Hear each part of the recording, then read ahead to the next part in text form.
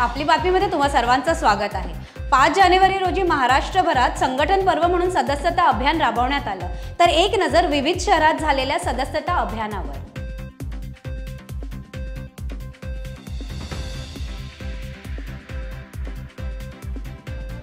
एक साथ हमने 1 लाख बूथों में आज से सदस्यता अभियान की शुरुआत की है। सुबह के 2 घंटे में ही हमने 25,000 लोगों को सदस्य बनाया है। पूरे नागपुर शहर में 7 लाख लोगों को सदस्य बनाने का हमारा लक्ष्य है। नागपूर येथे माध्यमांशी बोलताना मुख्यमंत्री माननीय देवेंद्र फडणवीस जी यांनी सांगितलं, देश में भारतीय जनता पार्टी ने अपनी सदस्यता मुहिम शुरू की थी। चूंकि महाराष्ट्र में चुनाव था तो महाराष्ट्र को एग्जम्पशन मिला था। आज से हमारी सदस्यता मुहिम शुरू हुई है।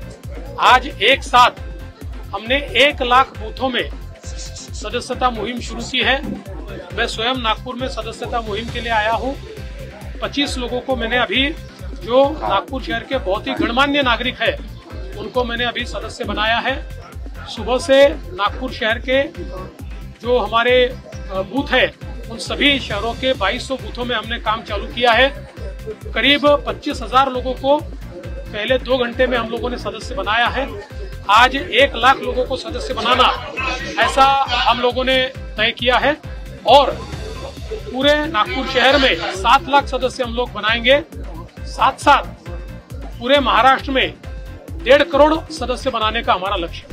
आमच्या आणि तुमच्या शपथग्रहणामध्ये फरक आहे। जीतो नागपूरच्या नव्या प्रबंधन समितीच्या स्थापना समारोहातून मुख्यमंत्री माननीय देवेंद्र फडणवीस जी यांनी सांगितलं, वैसे हमारे शपथ ग्रहण में और आपके शपथ ग्रहण में अंतर ये होता है कि हमारे शपथ ग्रहण के समय जो पुराना मुख्यमंत्री होता है वो विपक्ष का नेता बन जाता है।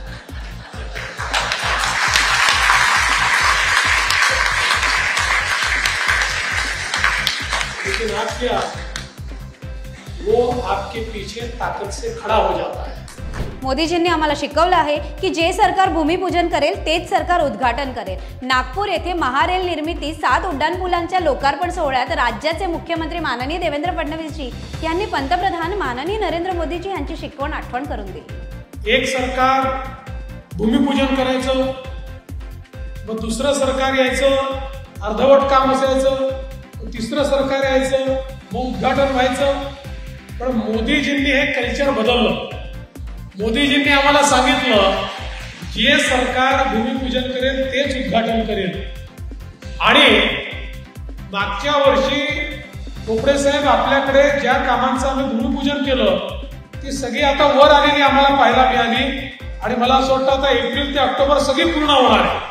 चाणक्य या नाटकाचे 35 वर्ष पूर्ण झाले आहे। या नाटकाच्या 1710व्या प्रयोगाला मुख्यमंत्री माननीय देवेंद्र फडणवीस जी विशेष अतिथी म्हणून उपस्थित राहिले। तर एक नजर या सोहळ्यावर।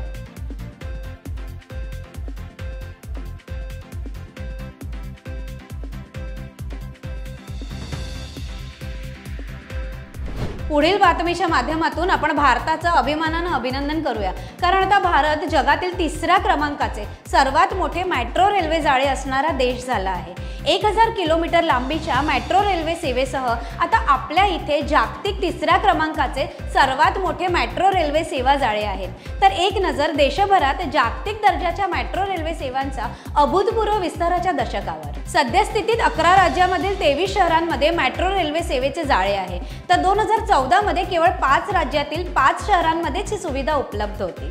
गेल्या 10 वर्षात मेट्रो रेल्वे सेवे जाळे 3 पटीने वाढले आहे। 2014 मधील केवळ 248 किलोमीटर लांबीवरून आतापर्यंत 1000 किलोमीटर मेट्रो रेल्वे सेवेचे जाळे विस्तारित झाले आहेत।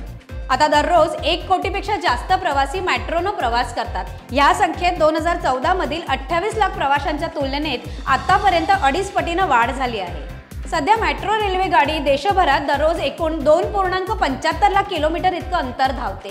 हे अंतर दशकभरापूर्वी 86,000 किलोमीटर इतक्या रोजच्या अंतराच्या तुलनेत 3 पटीने जास्त आहे। तुमची आमची भाजपा सर्वांची। जर तुम्हाला सुद्धा जगातील सर्वात मोठ्या पक्षाचं सदस्य व्हायचं असेल ना, तर आजच तुमच्या फोनवरून 8800002024 या क्रमांकावर मिस कॉल द्या आणि भाजपा परिवाराचे सदस्य व्हा। नंबर पुन्हा एकदा ऐकून घ्या, 8800002024 या नंबरवर मिस कॉल द्या आणि देशाच्या विकासात सहभागी व्हा। आजच्या बातम्यांमध्ये इथेच घेऊया विराम। उद्या पुन्हा भेटूया नव्या बातम्यांसह। पाहत राहा आपली बातमी, आपल्या पक्षाची बातमी। धन्यवाद।